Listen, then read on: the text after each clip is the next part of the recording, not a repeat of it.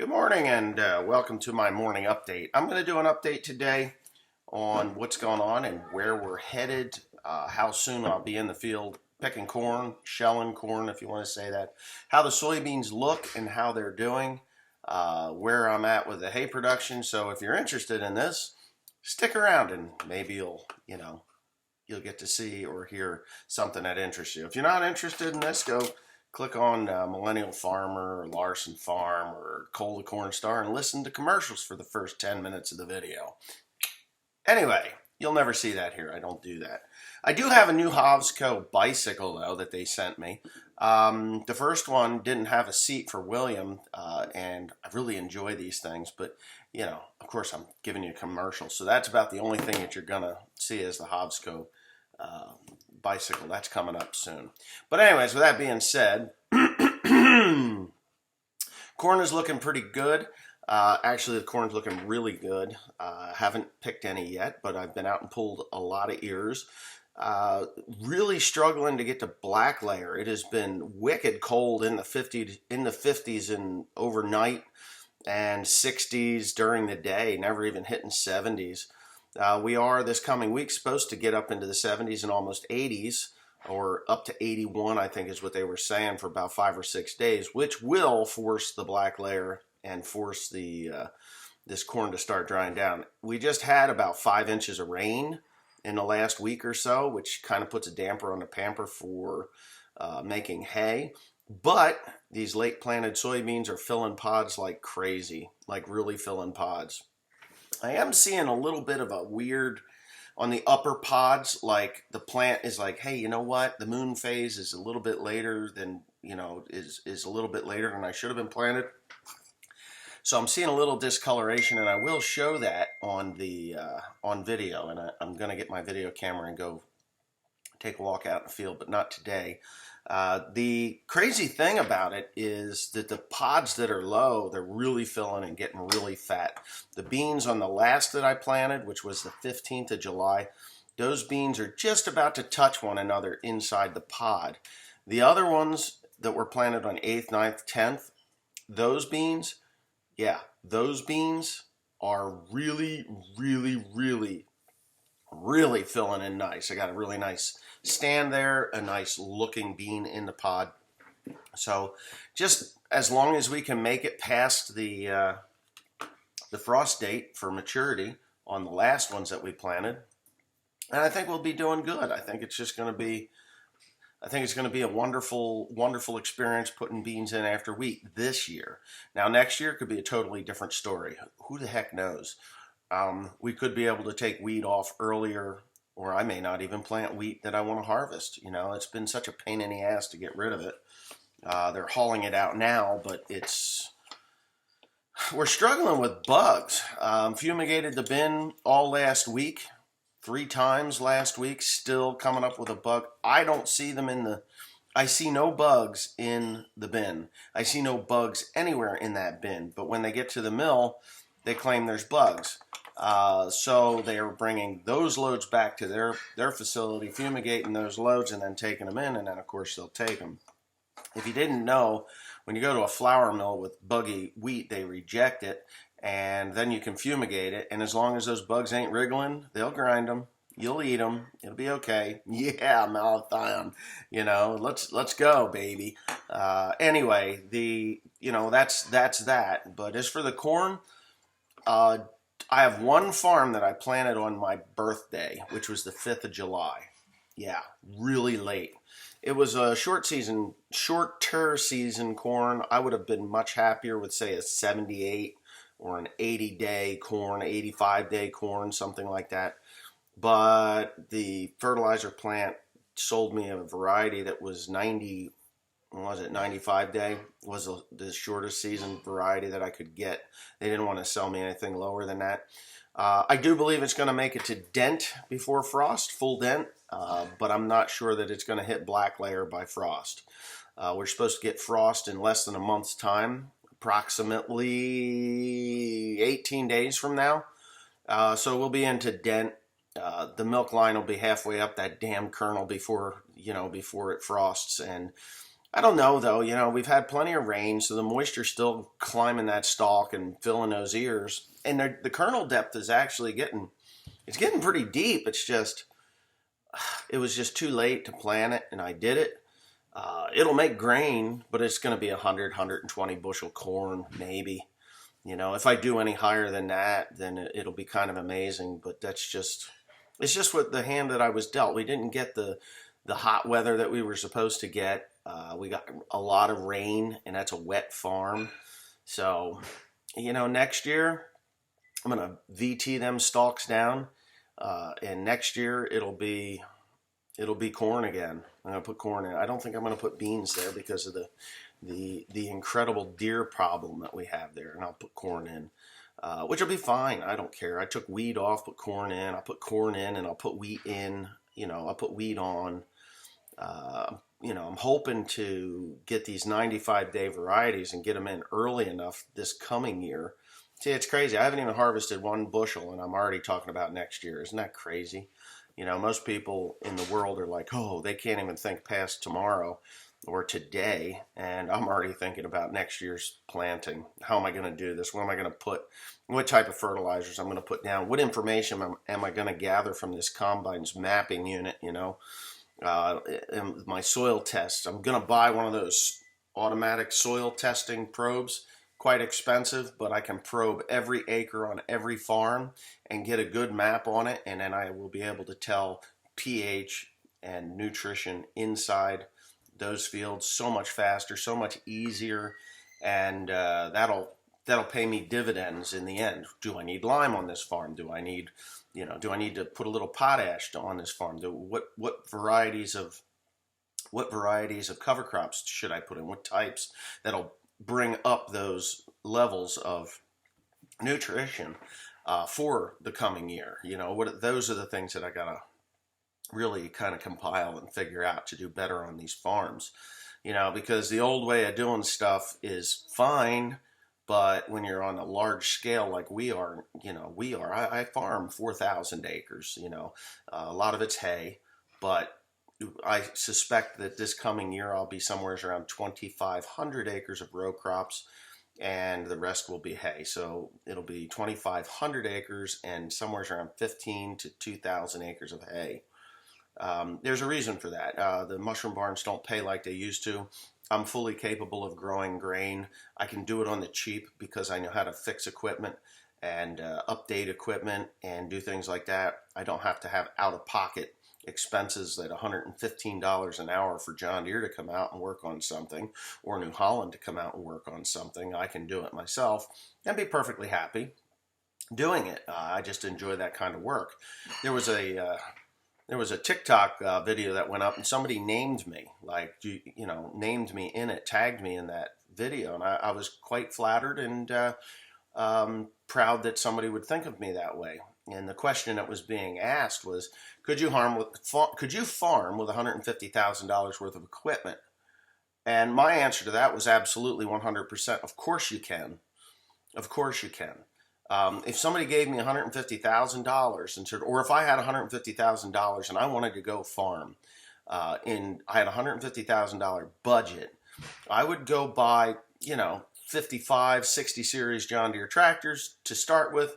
A no-till corn planter, which you can get in a 7,000 or 7,200 John Deere planter. I've used both of them. Parts are available very cheaply through a variety of sources.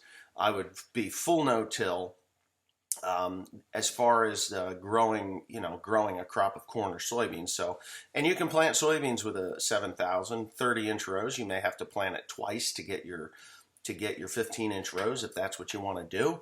I personally, if I was going to plant soybeans with my corn planter, I would go one way this way and then do it in a checkerboard pattern. I would do that because deer like to walk down rows. Deer like to walk down rows, and deer are a major influence for us here on the East Coast. I don't know about Iowa, Illinois, Indiana, you know, any of the I states, Kentucky, Minnesota, Missouri, you know, South Dakota, North Dakota, wherever you're farming, Wyoming, Michigan, Pennsylvania is a deer problem state as well. But if you don't know, deer are lazy. They're really lazy. And that's most of the reason why I grow beans on 15 or 7.5 inch rows, because deer will walk down those rows. And then they just doop, doop, doop, doop, doop. Once the beans get up about knee high up to a human, they really don't like going out any farther than that. Of course, the food source is more abundant towards the edge of the field anyway. But if you're going to plant on the cheap, you can use one planter and just take more time to do it on a 30-inch row. I wouldn't recommend, for $150,000 inputs into growing to an equipment lineup. You could do that with 2 tractors, literally 2 tractors. I mean, you could plant with a 6-row planter with an old 4020 that you could get for $12,000 if you wanted to be out in the open. They do have year-round cabs on some of those, but you can get a beater tractor, something, anything, 1086. You can get them for $15,000, maybe. An old 4430. I mean, we did a lot of work with a 4430, 4320, and a 4010 for many years on our farm, forever on our farm until I started farming. And then I wanted the nicer stuff, so I worked really hard. But I'm just saying, as a startup. And anyways, this comment that was made was, Wesley Pandy does this. He does this. He buys older equipment, fixes it up, and goes to the field. I'm like, I guess, anything that's 10 years older to me is still new, I have bought new equipment. It's kind of one of the things that, blows my mind that people don't think that I've bought new equipment. I have bought new equipment. The balers were always new. You have to have good new equipment. Now, as the hay markets wane, I'm not buying new hay equipment. My mowers were new. My tractors were used, but the balers, the mowers, and the hay rakes were always new. As for a combine, there's so many parts out there for these CR combines. That's why I went with the CR. I have a CR 8090, which is the same as a CR 9090, just a little less horsepower and a smaller engine. You can crank the screw on a 10.3 Iveco or FPT. You could do that and get your CR 9090 horsepower out of it. It's a matter of about 75 horsepower, 70 or 75 horsepower. That's the only difference. And you would not even notice the difference in the engine. 75 horsepower when you're up at 500 already is like, what's 75 horsepower? A little bit of tweak of the screw. You can buy a unit that will bump that to 600 horsepower if you really need it. I personally don't think that it's necessary. I have a 12-row folding corn head. If you haven't been watching my videos, I just purchased that. It needs very little, but it does need some work. So when somebody says, can you farm with $150,000? Well, yes, you absolutely can. And then the other question was, well, how many acres could you farm with $150,000 worth of equipment? Well, it depends on how much time you put into that equipment before you go to the field. Last November, I bought a 24-row 7200 folding John Deere corn planter. It was a 7200. I bought a conventional and converted it to no-till. Not hard. You just do it. It's not hard. You just buy the parts. You can get them from Shoup, Abilene Machine, or Worthington Ag Parts. You can get all different kinds of parts for it. And yes, I paid $11,000 for it. So $11,000 for a corn planter that if you went to buy it new, it would be somewhere between $250 or more, depending on all the options, whether it was an air seeder. Mine has air. Mine is a vacuum planter. It's not a finger. There's just a lot of things that you can spend a whole lot of money on that unnecessarily. Because in the end, if you've got a $800,000 quad track or the X9, R9 John Deere four-wheel drive articulated, $800,000, $900,000 for these things, you're still getting $4 and change for your corn. You're still getting $12 and change for your beans. You're still getting $5 a bushel for your wheat. So if you can take a combine that's 10 years old like I have, buy it for $46,700 like I just did, which you're not going to do that. God was looking over me when I was pushing that button. Honestly, the same with the header. That header I should have paid close to $100,000 for. I got it for 70. So if you're vigilant and patient and not afraid to say, you know what, that's too much, I'm not going to buy that. Or, hey, you know, this combine needs a little bit of work and it's listed on there that this work needs to be done, and I'm not too stupid or slow to do it. So buy that combine at the end of the season and I'll fix it up, and then by fall next year, it'll be all good and life will be good. You can get some good deals. You know, you get some really good deals, and you just got to be patient. Same thing with corn planters. Buy a corn planter or a bean planter or whatever it is when it's not in demand. I was told when I was shopping for a corn head, they wanted almost $100,000 for it, and I tried to get it for 75. They wouldn't budge. I was told that, you know what? Come harvest season, somebody burns up a head or a combine and they need a head, they'll put the price up over 100,000. And thank you very much for my breakfast. I appreciate that. High five. I thought you get to see it. Come on, there's her hand. So sexy. Shut up. She's in her underwear, you know. She's not. I'm not on my underwear. Well, what is it? It's my. Are you gonna model? No, I'm not modeling. You pause that. Okay. It's paused. You like. Well, you look so sexy. Ready? Say 1, 2. Anyways, this is my crazy wife. We love her very much. Anyway, yeah, so if you're going to start farming, you can do it on the cheap. I mean, there's a guy right over here. I won't mention his name, but he farms with 40/20s. You know, he's bought these things. I helped him a long time ago put a clutch in one. He had no idea how to do it, so I helped him do it. But he farms with 40/20s. And, you know, I think he might have a 40/30 or 42/30, something like that, is the newest tractor that I've seen him run. But yeah, you can do it. You can do it. Now, is it going to be comfortable like my 6210R?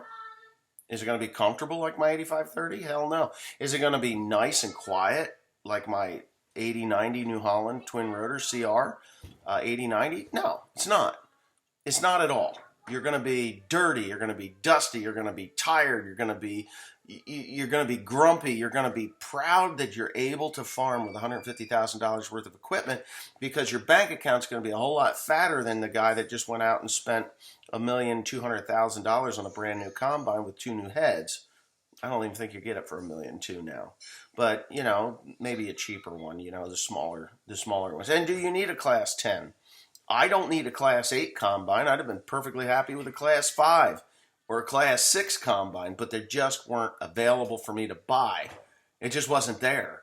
I mean, I could go buy one that's 20 years old, but it would have cost me more than what I paid for this Class 8 CR 8090. So, yeah, the question is answered. You can do it. Are you willing to do it? Are you? Because there's a lot of people in my neighborhood that have rich mommy and daddies, and they like to hand money out like it's, you know, free. It's free money. If somebody handed me free money, I would spend it. Absolutely. Why not? Why not? Oh, here, son, it's $800,000. Go do what you please.